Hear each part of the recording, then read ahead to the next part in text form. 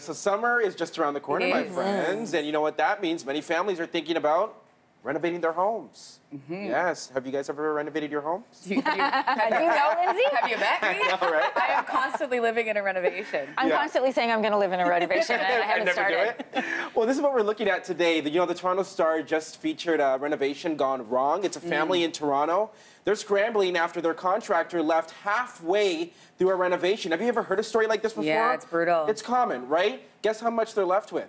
With about $40,000 of paid work uncompleted, my friends. That's painful. How many times do we hear this scenario play out all the time? I'm sure everybody has a friend where, they've gone through a home reno that has gone wrong. So we want to take a look at that, home renovations today on Your Take, because it's big business. You want to know how much Canadians spend every single year? Yeah.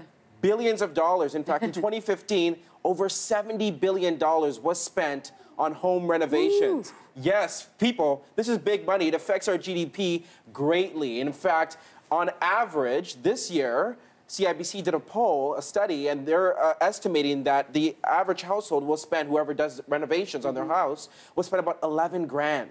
So that's a lot of money. A lot of money at play that could go to waste, right? Of course. You just have to know the rules and what to do, right? Exactly. And the thing is that many people, they may not know that each province, whichever province you live in, there is a consumer protection, whether it's an agency or program that's available where you can get the resources, get the help and the information you need to know before you get into a situation like a home renovation. Because sometimes it's not always formal. But you got to make it formal because you don't want that money to go to waste. So we want to take a look at what you should do, because we looked at the Ontario Ministry of Consumer Protection and we found some great information there. So when you're hiring a contractor, here's a few really good points.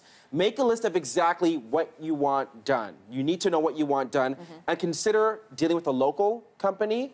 It's better because then you can look for references, but also never accept an estimate over the phone or without the contractor inspecting the area. That seems obvious. It does, but not all the time. That's the thing with renovations, I think, too. What seems obvious, a lot of people overlook because they really want to get stuff done. Right. And they want to get stuff done quickly.